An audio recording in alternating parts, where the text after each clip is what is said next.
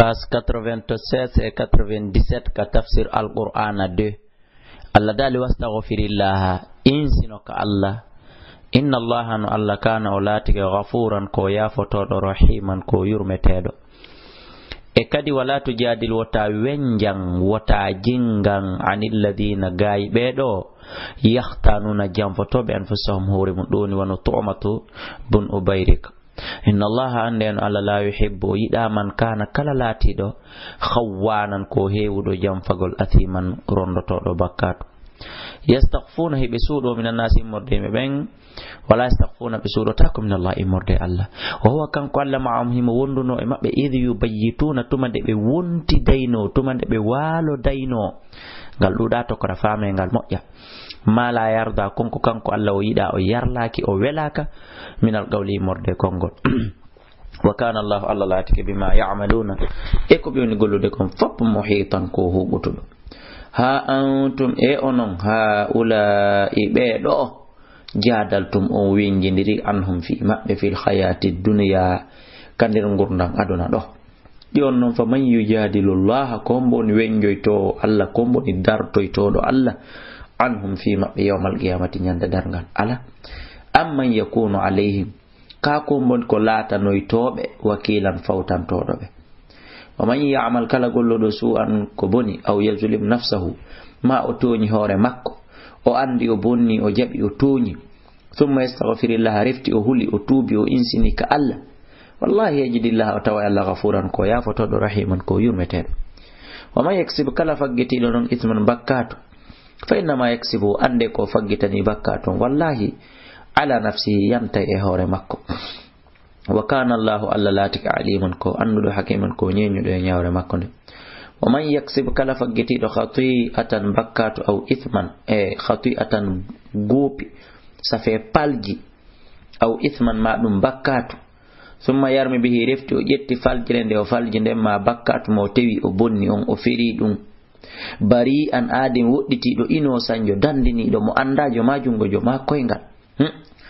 on waddo dum fagade tamala haray gomdi orondike bo tanan tonya baleje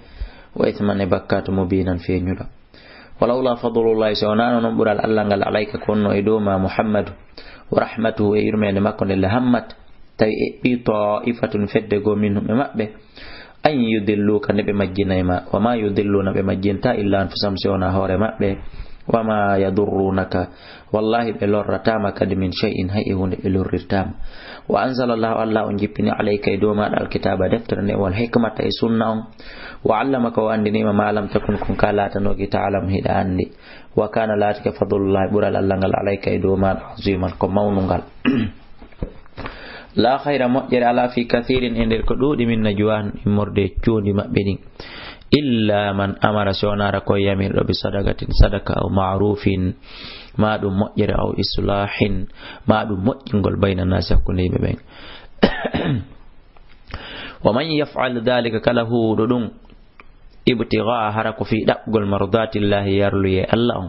فسوف نؤتيه أريمي يوم أجرا جد عظيما مونودي